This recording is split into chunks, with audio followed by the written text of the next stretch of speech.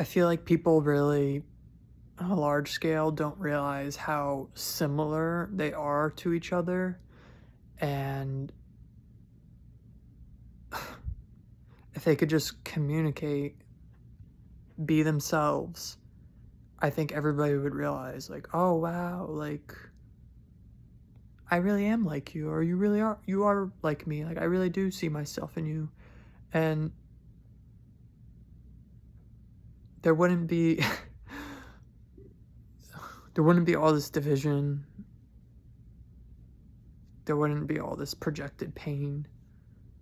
Because if we recognize that, yeah, we could be distinct, we can be different, we can be separate, but also we're all one at the same time as well. It's kind of paradoxical, I think. Um,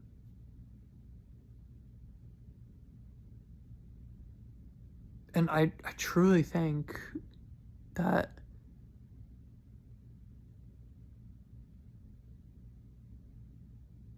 with that communication, with that understanding, it doesn't even necessarily have to be through like words alone because of, language barriers, but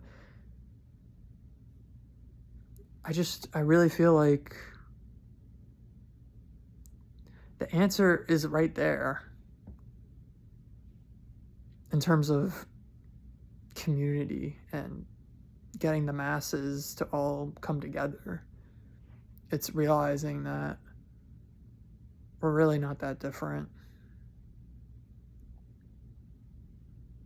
It's just the trauma and the lies that have gotten in the way.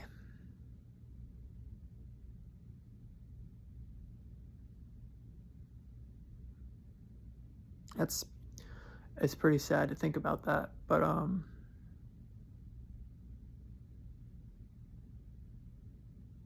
mean, I see it like I just see so clearly how things don't have to be so divided and so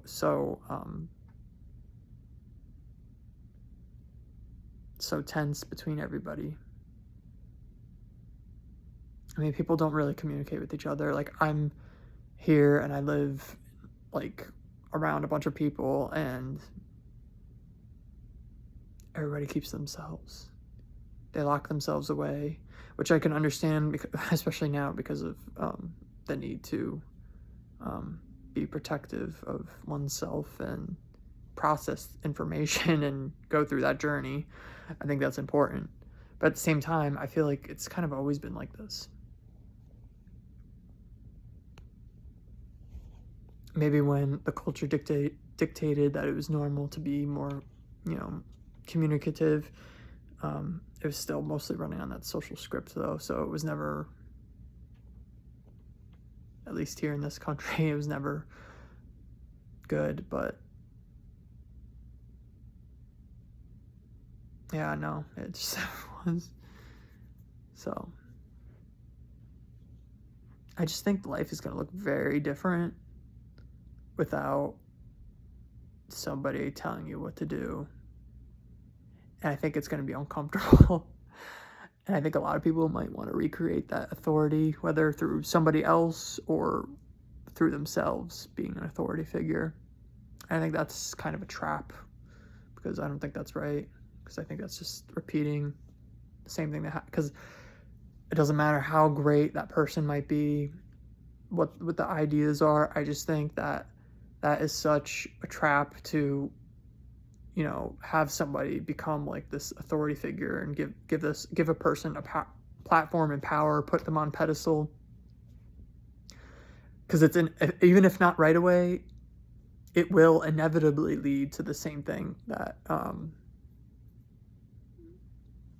has been going on in humanity for quite some time now. So I just see that logically, like, you can't do the same thing again.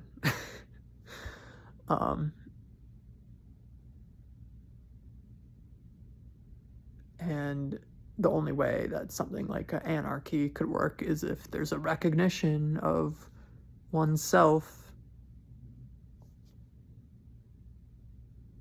Because I believe there's love in everybody.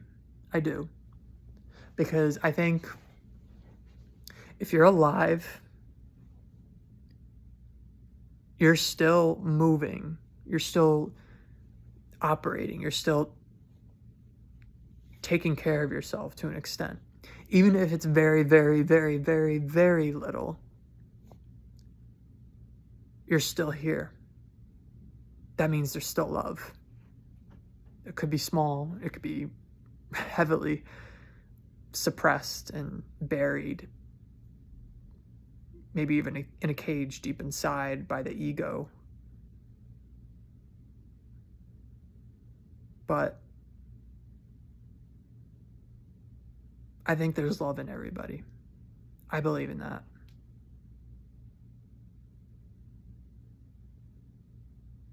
Whether they want to access that love, acknowledge it, embody it, that's their own choice. But I do think love exists in everybody. Because I don't think I'm in a world that's truly evil. I think I'm in a world that's been lost for some time, confused maybe, in a lot of pain. A lot of pain.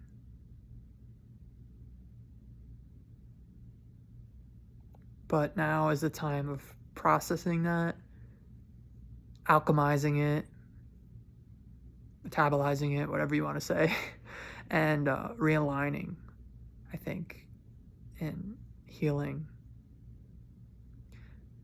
I just got deja vu. Because I think it's almost like a domino effect. When one person heals, like genuinely heals, I think it leads to another person healing as well. And I think I think that's powerful. One person healing makes a big difference. I truly believe it.